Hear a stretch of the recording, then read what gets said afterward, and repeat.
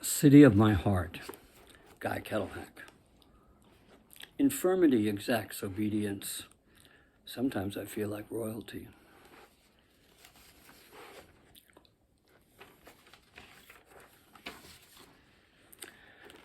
But the heart's not much without its flesh, is it, doctor? Alone the heart is just a bloody muscle. It quivers and pumps.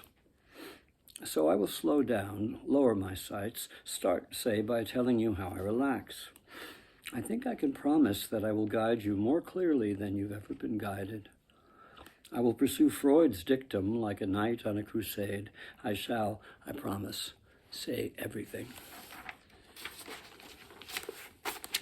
Browsers welcome.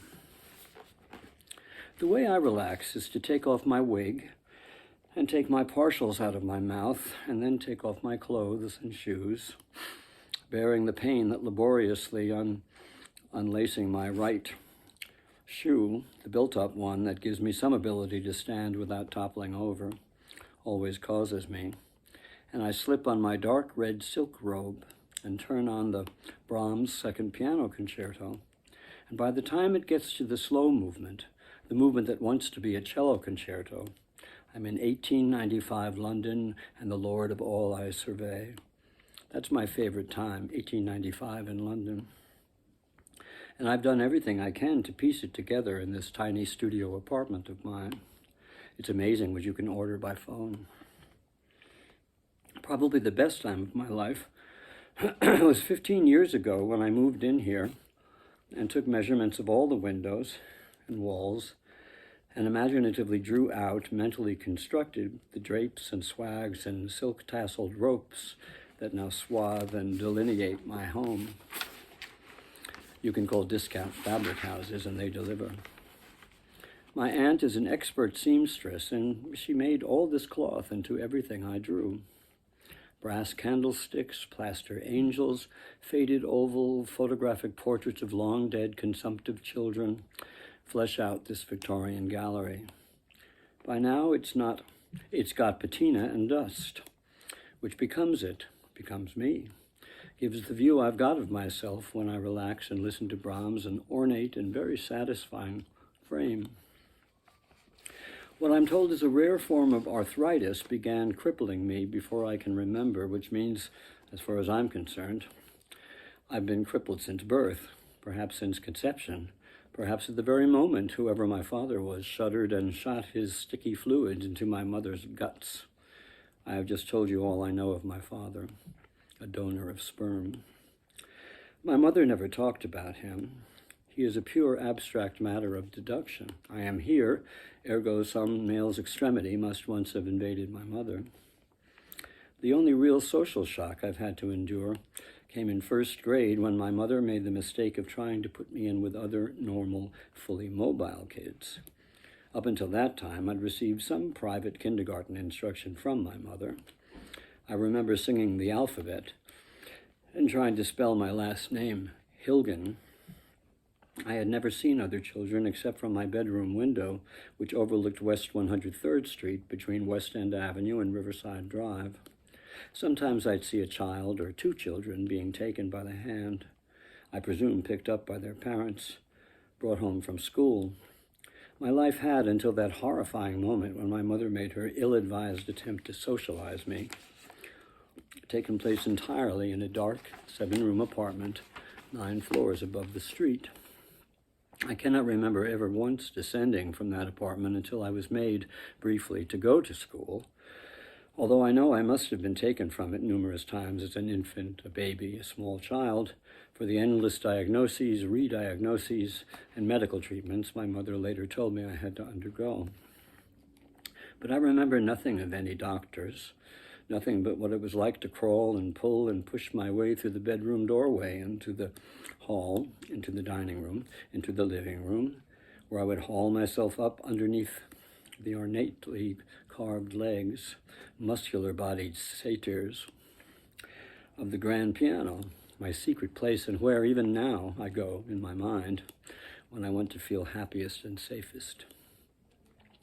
First grade consisted for me of an hour spent screaming in a brightly lit as I remember it, all white room, squirming out of my seat, writhing on the floor, terrified of the big, pink, sturdy, loud, laughing children around me, terrified of the pretty and baffled-looking auburn-haired woman who was supposed to be my teacher, completely deaf to her entreaties, completely unable to hear anything but the screams I couldn't help screaming. Even after I got too hoarse to scream loudly and really choked and rasped. It was so bright and so large in that room, and I felt like a reverse of the most familiar part of the Swiftian story. I was tiny, and everyone else was Gulliver huge and pink and fleshy and bright and able to move as if moving weren't a miracle. I would not stay there, not for anything. And my mother, who had waited for me in the principal's office down the hall, where she could hear my screams, and somehow bear them even after I grew hoarse and all she must have heard were choking sobs, finally could bear it no longer and she took me home, where I stayed until she died 15 years ago. I am aware this sounds pathetic, and of course, in some sense, I mean it to. I will scrape sympathy and pity off the pavement if I have to. Sympathy is air I need to breathe. I have an insatiable appetite for it. Other people seem to need to know that other people love them. I can't imagine what that's about. Not that I don't know what goes on beyond my life. I know a lot. I'm out in the world every day. In fact, I even work at and get paid for a job I do in the company of normal people. I am a very careful observer of what you do out there every day. Don't think you can hide anything from me. But I should tell you about once recently when on a sunny June noonday break, I managed to buy and bring a cardboard cup of coffee out to a bench on the street, all without spilling a drop, which was a miracle. And someone walked by and messily plopped a quarter into my cup. I wasn't offended. It reassured me that my ability to attract sympathy continues unabated. Sympathy gives me most of the contact I have with other human beings.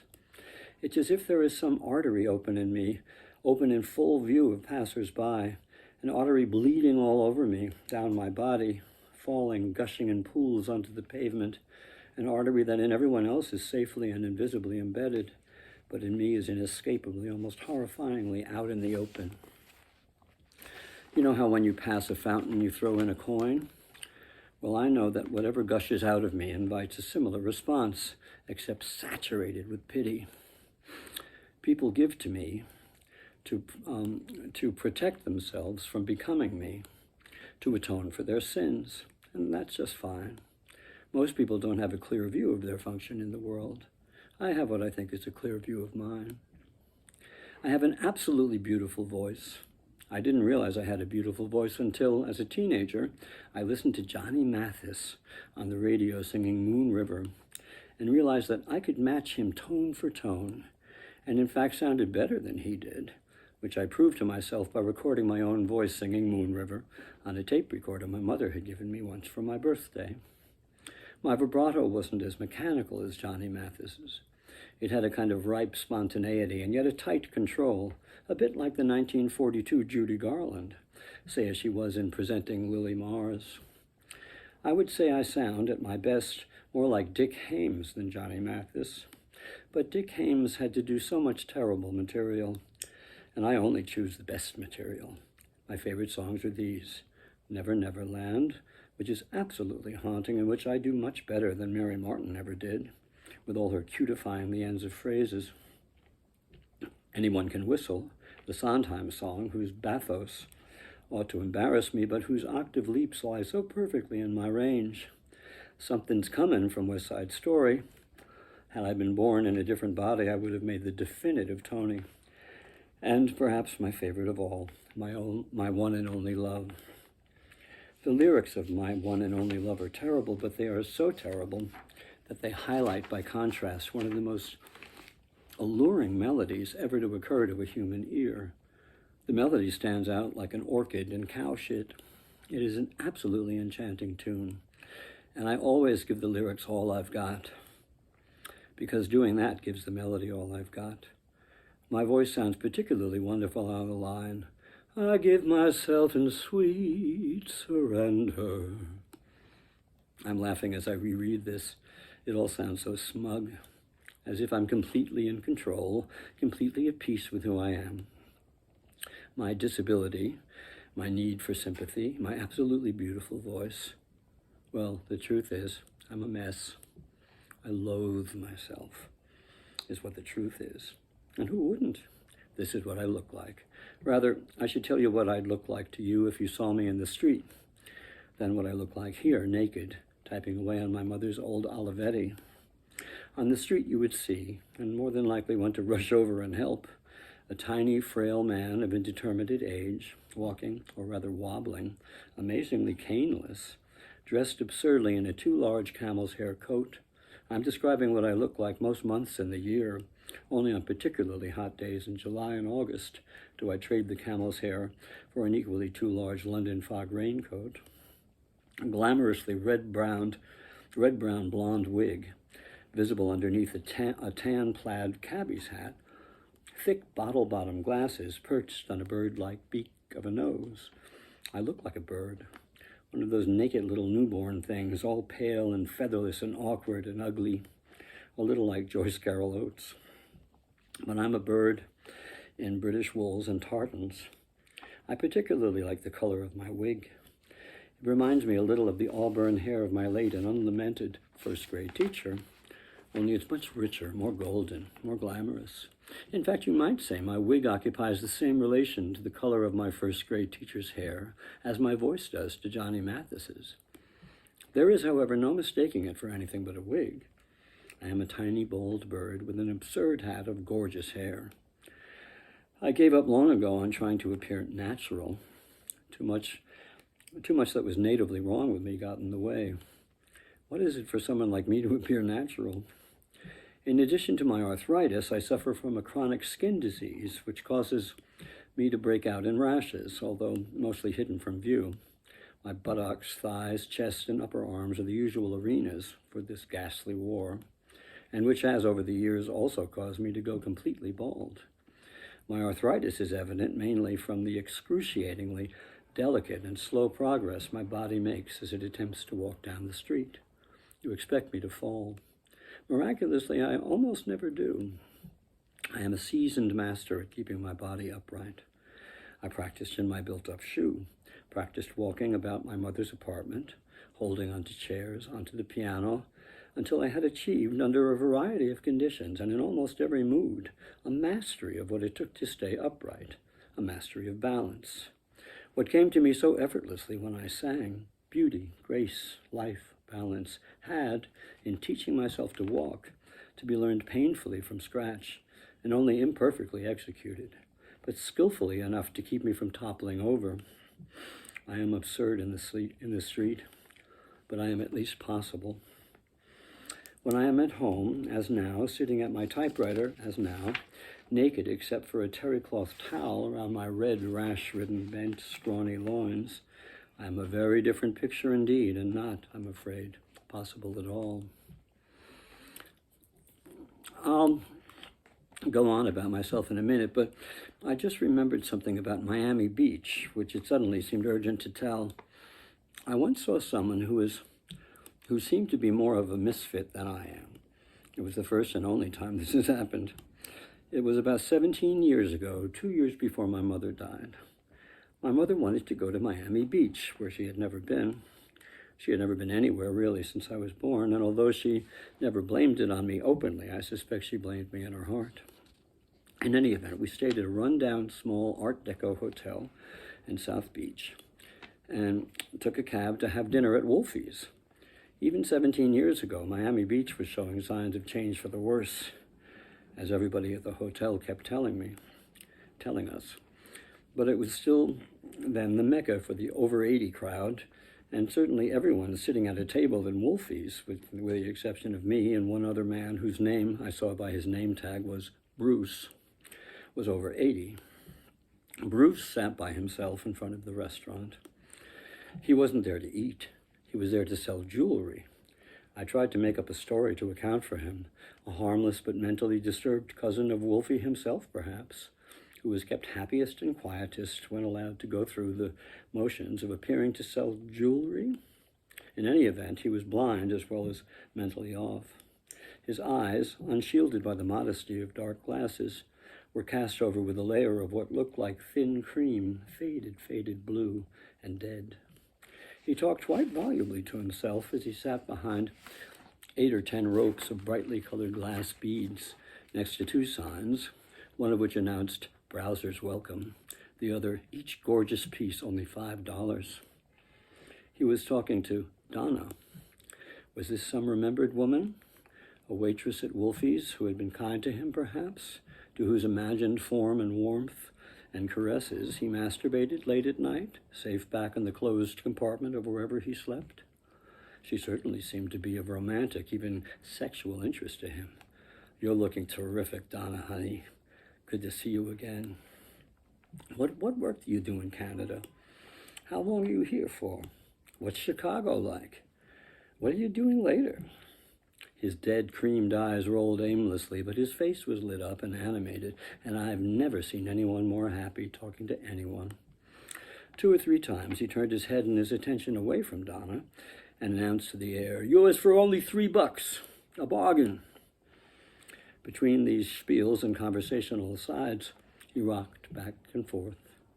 Interesting, that instinct to rock back and forth. I catch myself doing it sometimes, too. Probably everybody does. Anyway, eventually, with a quite startling return to what I suppose the rest of us would call reality, he banged his fist on the table until a real waitress walked over and asked him, matter-of-factly, obviously used to this particular gesture of Bruce's, if he wanted help packing up. Delighted to have real human companionship, perhaps he did truly realize there was no Donna, Bruce became positively buoyant, thanking the waitress, trying to keep her there as long as possible with questions like, "Busy tonight? Whatever happened to Kathy? She still work here?" Women. His mind was filled with women. Beaming, he leaned over conspiratorially to his waitress friend, as if trying to smell her, as she put each of the brightly colored strings of beads into boxes. "You never know, I might find a wife here tonight." Talking about Bruce strains me. I come up with an inane moral. Our afflictions are the chalk with which we draw on life's blackboard, or something. I would much rather write about Brahms and sweat and singing and the fascination of a punch to the face. But perhaps better to segue to what I promised I'd tell you about before, how I look naked, which is to say, how I look now. London. But first I have to clear up some misconceptions. I'm not surprised if you found, in fact, I'd be surprised if you hadn't found, that 2 alleged facts I've told you rang false. Surely you noticed the hurried way I glossed over them. First, no aunt sewed up my draperies. I have no aunt. I have no family at all. A Ukrainian woman in the East Village sewed up my draperies and tablecloths. Indeed, I had some trouble with her. It was hard enough to get the masses of burgundy velvet and gold fringe and all the yards of cotton poly curtain cloth across town to this woman, whom I'd chosen from a listing in the Yellow Pages, which caught my eye. Katya's was the simple name of her business, and it sounded just old world enough, and judging by its low rent address, promised also to be cheap enough for my budget and purposes. I had to hire a car to pick me up, and tipped the driver generously for helping me to stuff all the bulky plastic bags of cloth into the back seat. And on top of this, I was in even more than my usual excruciating bodily pain. It was one of those horrible, humid August days that leached the sap out of me and mercilessly twist, pull, and wrench my arthritic limbs around in their sockets. I was dropped off in front of a gray, dusty shop window in a crumbling, dark brick tenement on 6th Street near Avenue A. The driver helped me pull out the masses of cloth, opened the door for me, and deposited me and my belongings in front of what was presumably Katya herself, obese, sullen, and gray. She did not seem pleased to see me, nor to appreciate the elaborate drawings and plans with meticulous dimensions clearly penned in that I carefully rolled out for her, a series of designs so explicit an ape could have followed them. She looked at the cloth, at the drawings, at me, and spat out what I later learned were almost the only words in English she knew. Pay now.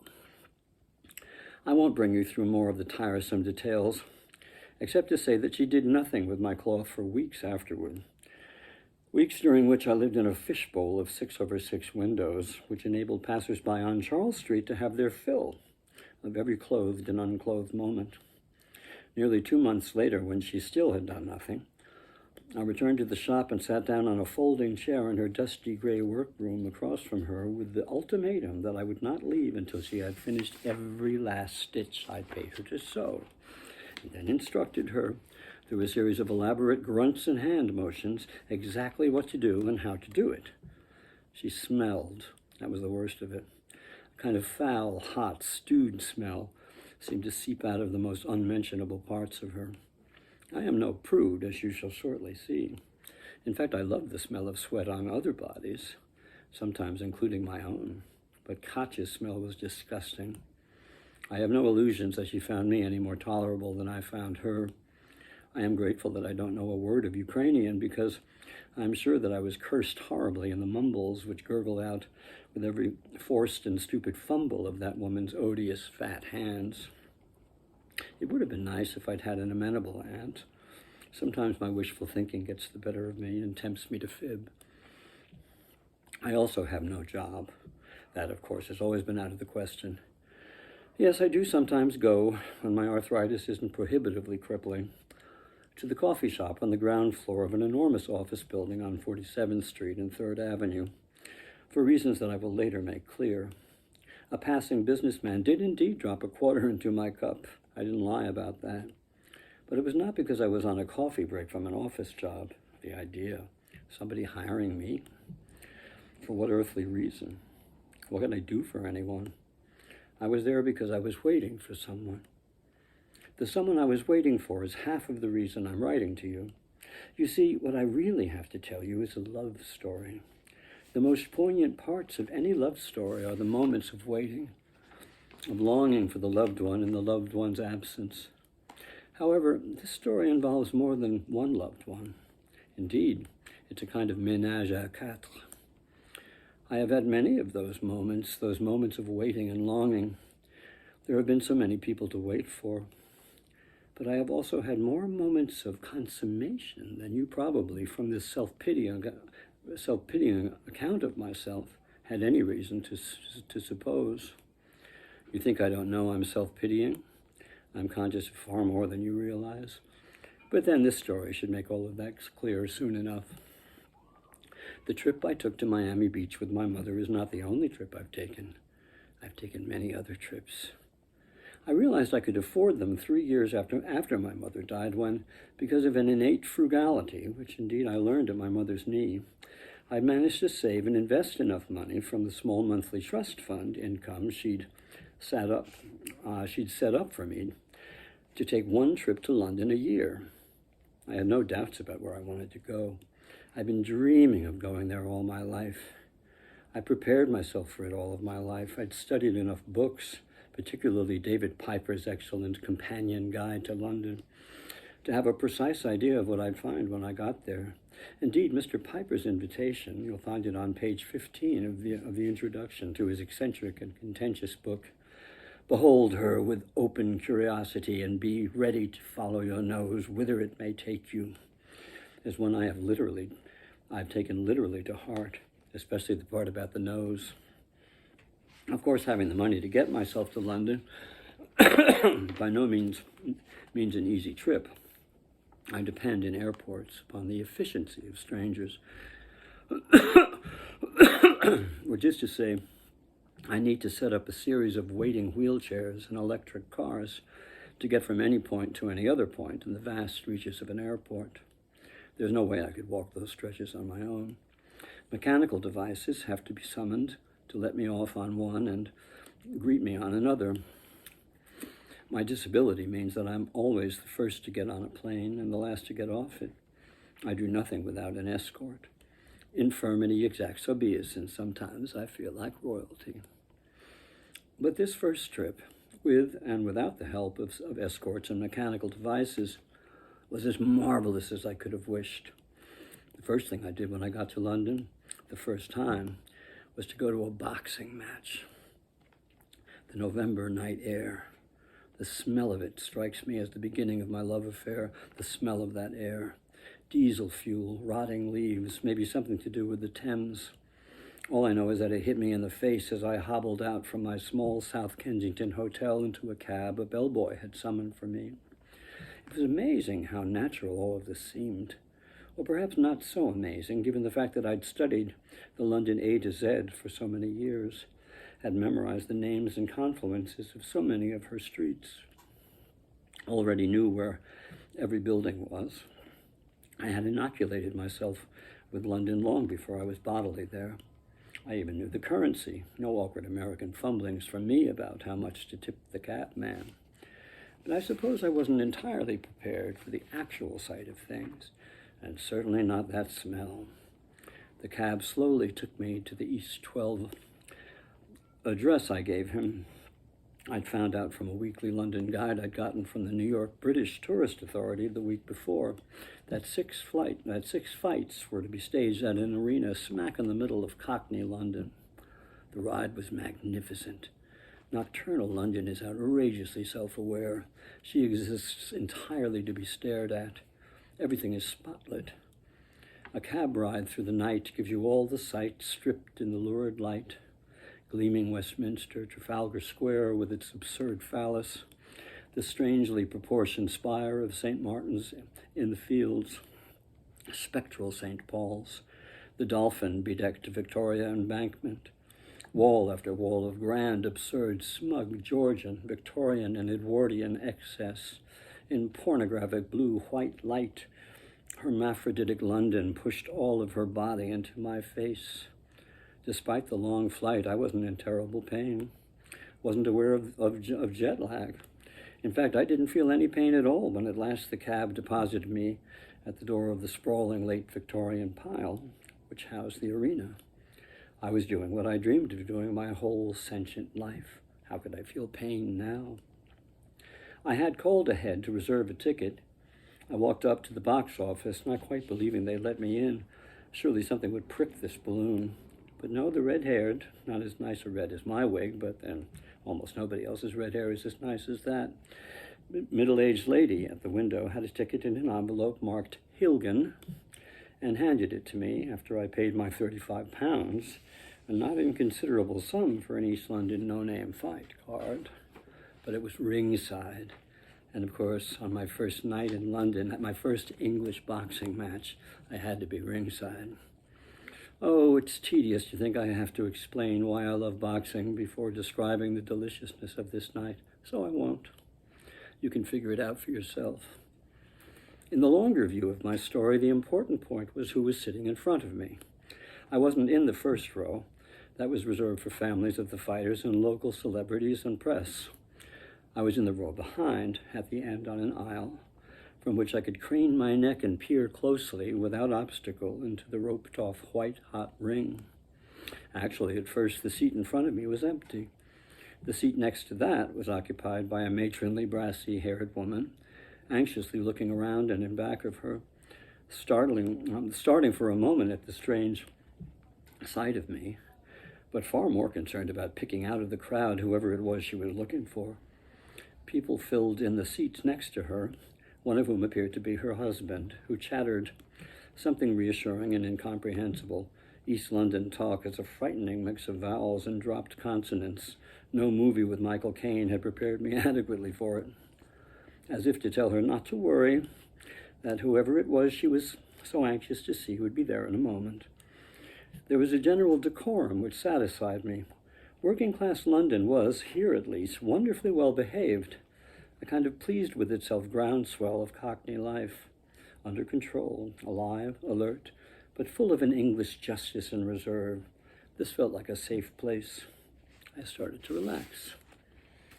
Then the person for whom the brassy-haired matron had so assiduously searched suddenly popped into the seat in front of me. I remember his neck most of all. Now, I should say right off that I do not consider myself homosexual. Well, anyway, not exclusively. In fact, it may be the larger task of this tale to identify precisely what my sexuality is. Certainly that question was one of the main motives to sit at this typewriter and go to the trouble of telling you all this. But I ask you to withhold all judgment and presumption. In Mr. Piper's words, behold me with open curiosity and be ready to follow your nose whither it may take you. But don't decide where your nose is going until you know all the facts. The first fact, as I've intimated, was Nigel's neck. That's what I couldn't take my eyes off. Well, of course, you couldn't see the neck without noticing how it knit into the perfect crew-cut blonde round back of the head and down into the tough sinew of the upper back and shoulders, visible through the terry cloth robe that covered them. That his name was Nigel, how English, how perfect, I instantly ascertained. The brassy matron was his mother, and she squealed it out as she threw her arms around him as he plopped down beside her, eliciting from him an embarrassed adolescent mutter, "Oh, Mom, don't." He was so pink. That's what I remember most. It was almost obscene how fair and pink and faintly freckled his young skin was. I have never seen, and have never seen to this day, in or out of a boxing arena, a more completely physical presence than Nigel. Oh dear, I can't seem to stop myself from the caveats. Really, you must not see this as some sort of closet D.H. Lawrence paean to male sexual vitality or an E.M. Forster wet dream about a raw, pure, lower-class macho brute. Damn English homosexual novelists and their gamekeepers. Nigel's neck and his shoulders and his physical presence had a much more clinical fascination for me. Part of this should already be obvious. Nigel was as fully incarnate as I have perceived myself to be bodiless. Don't forget, I told you that when I'm naked, I'm not even possible. Nigel was, from the first pink exposed swatch of him, preeminently possible, completely at home in his body. That's the most powerful sense in which I saw him. This was a boy, and he was a boy. He couldn't have been more than 19. At home. I have never been at home. I couldn't take my eyes off him. He was in the second fight. The first fight was exciting, actually, in terms of sheer fistic sadism, far more exciting than Nigel's. The British love blood sports, and God knows boxing is the bloodiest of all of them. It amazes me that boxing is legal. I have never been to a fight that I didn't somehow expect would be stopped for its sheer pornographic carnality. It's like watching two animals fucking, except there are generally more bruises and blood. I was never more aware of the shock of the sport than in the first fight tonight. It did not surprise me that the British delight in the sort of carnage I was about to see. I knew from my nearly lifelong reading and meditation on Britain that the British are an essentially rageful and belligerent people whom you had to keep on a very tight leash. You don't weight a culture so ponderously with politesse if there isn't something volcanic and anarchic underneath raging to overthrow it. What few events exist in the culture for the expression of this expressed rage are truly frightening. Look at British football, soccer fans for a vivid case in point. British people really want to kill each other and everybody else. In terror of this, British culture does everything it can from infancy on to hold them back. There are at least 76 regulations about what you can and cannot do in the average British public park. We can only imagine the terrible anarchy these regulations keep at bay. The first fight pitted a 22-year-old lumbering light heavyweight white man against a supple-looking, finely etched 39-year-old black man, the latter of whom the program indicated hailed from Nigeria. We were informed that the black man had a record of 46 wins, 20 of them by knockout, 12 losses, and 3 draws. Closer attention to this record revealed that before his last 6 fights, he had suffered only 6 losses. In other words, the black man had offered himself up to the last 6 opponents as a human punching bag.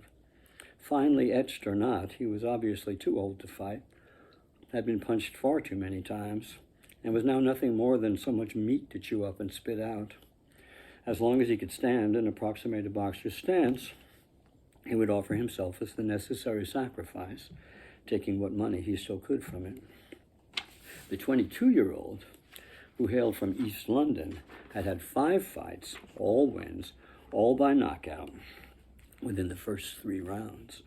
His manager was bringing him along in this usual way, feeding him a deliciously easy diet of meat, like the African who faced him tonight. One quote in the program from said 22-year-old summed it up and articulated the reason anyone was in this arena. "I love knocking a man out. This bloke will go in 2. We were not disappointed. There is a point sometimes when I sing, when I am at my most almost abstractedly relaxed, sitting in my chair at dusk looking out at the growing flannel gloom, the marvelous contrast at the periphery of my eye of the jeweled light of my Tiffany lamp against that gray, the softness of my hum pricked by faint sounds issuing up from the street, a disembodied laugh or cry or cough, a time of utter equanimity when I've managed to arrange my body so that for the moment it is almost comfortable. At this time, sometimes, as the hum acquires a lyric and begins to spin out into a song, my voice magically positions itself like some winged thing descending on the ripest, sweetest rose in the garden, a graceful descent which nothing can stop and nothing can mar. Sometimes my voice positions itself in the precise middle of my throat, and a vibrance issues forth, which is nearly sexual in its completeness and intensity. My vibrato, say on the word hard, in the line, "What's hard is simple," from Anyone Can Whistle, spins out in a perfect ejaculative rush, and I have, for this moment, touched God. The lumbering white heavyweight seemed to have many such moments as he went about the business of beating up his African opponent. It was astonishing to watch. It was as if every punch were a lover's caress, so frankly, naturally, perfectly administered that there was almost an expression on the black man's face of gratitude, perhaps even bliss, as he absorbed each blow. Positioning his body and his fists like my voice sometimes positions itself before it vibrates with perfect magnanimity, the beefy white boy toyed with his prey with a kind of insouciant expertise. A well-considered left uppercut caught the African flush on the lower jaw, flipping up his gleaming, tight, closed-eyed face, which then caught a right hook, which spun his head around into a left. Being punched 3 times to the face brought up his gloved hands in an ineffectual, reflexive attempt to ward off more punches to the head. The white boy obligingly shot 2 quick fists into the black man's exposed muscled gut, which, by another reflex, caused the man to double over, only to have his head punched back and up again by 3 more perfect fists, 2 lefts and a right. The black man, as if deciding to move into the ring and inhabit it for the rest of his life, thudded softly into the ropes, which held him up like prey in a spider's web, gently but firmly splaying him wide for more of the white boy's feeding. A kind of graceful sadism suffused the white boy, whose face attained a passionate, although almost childlike expression of fascination, with the effect of his quick, hard punches on the sagging black man. He practiced his left jab again and again, peppering the gleaming dark body, offering itself up to him. Then his right jab, enjoying every nuance of every moment of the slaughter. The black man stayed up, covering himself and flicking out just enough fists of his own for show, just enough to keep the referee from ending the slaughter right then and there. It was, in other words, the perfect fight. It looked like the African was still able to defend himself, even if clearly his attempts at defense only had one result, and seemingly one aim, to keep him in the ring, so that he could absorb as many punches as the white boy felt like throwing, to be the meal for this hungry animal. By the end of the round, however, the African had become so soporific that even the referee was alerted. The black man's artifices were finally crumbling. His defensive tics were failing him. His hands went down to his sides, and the white boy began cleaning his plate as blood shot from the black man's nose, just missing Nigel in the front row, who was watching this display with a curious, silent immobility. The referee moved in to give him a standing 8 count. However, the bell rang just at this point, and the African somehow managed to draw himself up from his imminent coma and wobble to his corner. The white boy strutted back to his, too. He was as flushed as if drunk. In a sudden jolt, breaking his immobility with a snap, Nigel shot up, pecked his mother on the cheek, and sprinted back toward the locker room, presumably to get geared up for his own fight, which he must have realized would probably begin very shortly. He did not, I thought then, notice me staring at him as he flicked out of his chair and passed me down the aisle, an injury to my vanity. I am as used to being noticed as any movie star or gorgeous model. You don't pass a freak show without giving it a glance. But his eye was riveted to the back of the arena, his mind on, what? Other things. His hands were already taped, and his hairless, freckled, ropey pink torso blinked out from his robe. I imagined I could smell him, that electric scent which comes from frightened male sweat. If I might have smelled it on me a number of times, but I don't suppose I really could. 90 seconds of the fight underway followed. The second round found the white boy dropping all pretense that there was a boxing match. The black man, who now looked about 65 years old, seemed to have made the decision to get the inevitable done. Keeping his dry gloves in front of his gut, he offered his head as if for decapitation. The white boy was now completely graceless and having a rip-roaring orgy of a good time. Drunk on his youth and his bull-like strength, he ripped punch after punch after punch into the black man's face, watching with animal glee as the man's head spun right and left and right and left, a thin, hard, brittle spray of sweat shooting out with each blow. The white boy, a huge, overwrought, tumescent monster of youth, slavering over this easy conquest. The black man fell, how could he not? And by some ancient reflex pulled himself up by the ropes while the referee counted over his wet flesh. He was up by the word 8 and offered a completely placid affirmative nod to the referee when asked if he wanted to continue.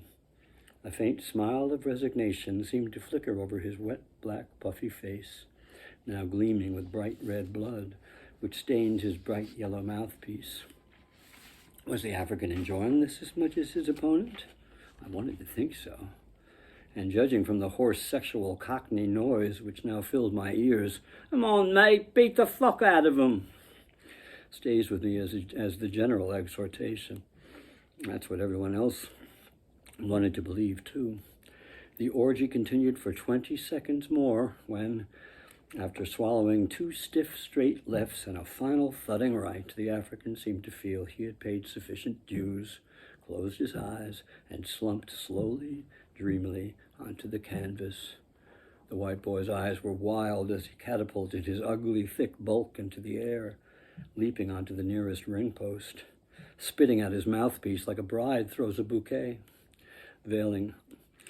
yelling soundlessly into the night, covered by the roar of a satisfied but still aroused arena, that he was king.